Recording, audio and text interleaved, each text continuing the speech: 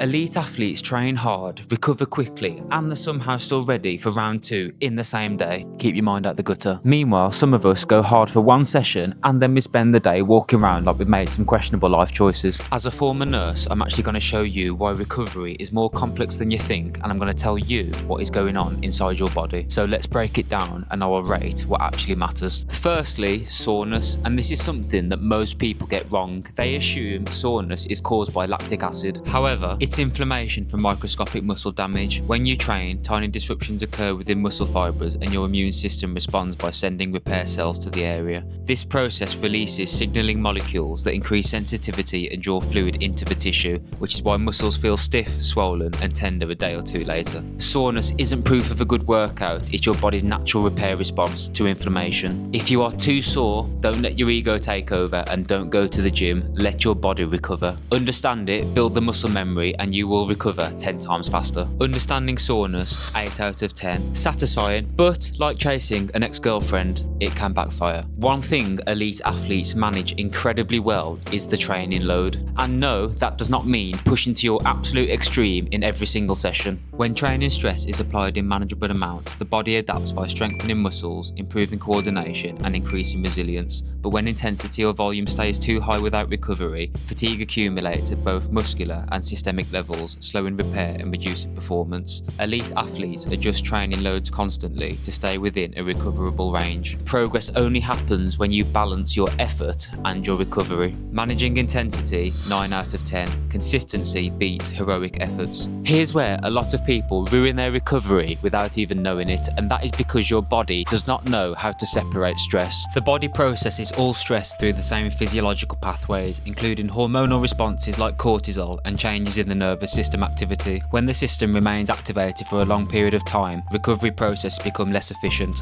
and inflammation can remain elevated. This is why stress can directly affect how your body responds to training. Sometimes the best strategy to recover better is not pushing harder, it's reducing the load elsewhere. Total stress, 9 out of 10. Recovery often starts outside the gym, unless you go at 5 PM. After training, your body and your muscles are especially receptive to nutrients. After exercise, muscle cells are much more sensitive to nutrients, particularly amino acids and glucose, which support protein synthesis and the replenishment of energy stores. Hydration helps maintain blood volume and support circulation, ensuring nutrients and oxygen reach recovering tissues efficiently. Consistent refueling helps shorten recovery time and supports adaptation. This window plays a bigger role than many people realise. Whilst elite athletes will use this nutrition and recover properly, some of us recover on vibes. Refueling with proper nutrition, 10 out of 10. Give your body what it's asking for. Recovery tools such as this massage gun get a lot of attention. Tools like massage guns and things like ice baths can increase local circulation and temporarily reduce muscle stiffness, which may improve comfort and the perception of recovery. However, they do not significantly influence the deeper biological process like tissue repair or hormonal recovery. This depends on more sleep, nutrition and load management. They're helpful additions but not a substitute, which is why it's always important to remember, think of support, not a solution. Recovery gadgets, 6 out of 10. They're a nice bonus, but they are not essential.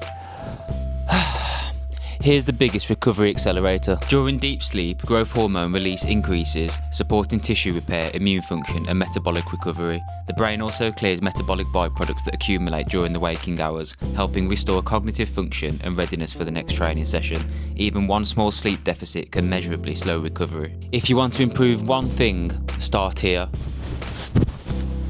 Getting good sleep, 11 out of 10. Ironically, doing nothing is the most productive thing you can do. So why do elite athletes recover so much faster than everyone else? They consistently respect the fundamentals. They apply stress and allow adaptation, and that is where the secret lies. Understanding recovery is the key. It is not abusing your body till it's sore, it's not overtraining, it's managing your ego and understanding the process. But if you like this video, please like, comment and subscribe. If you got any more video ideas, leave them in the comments below. And until then guys, I will see you in the next one.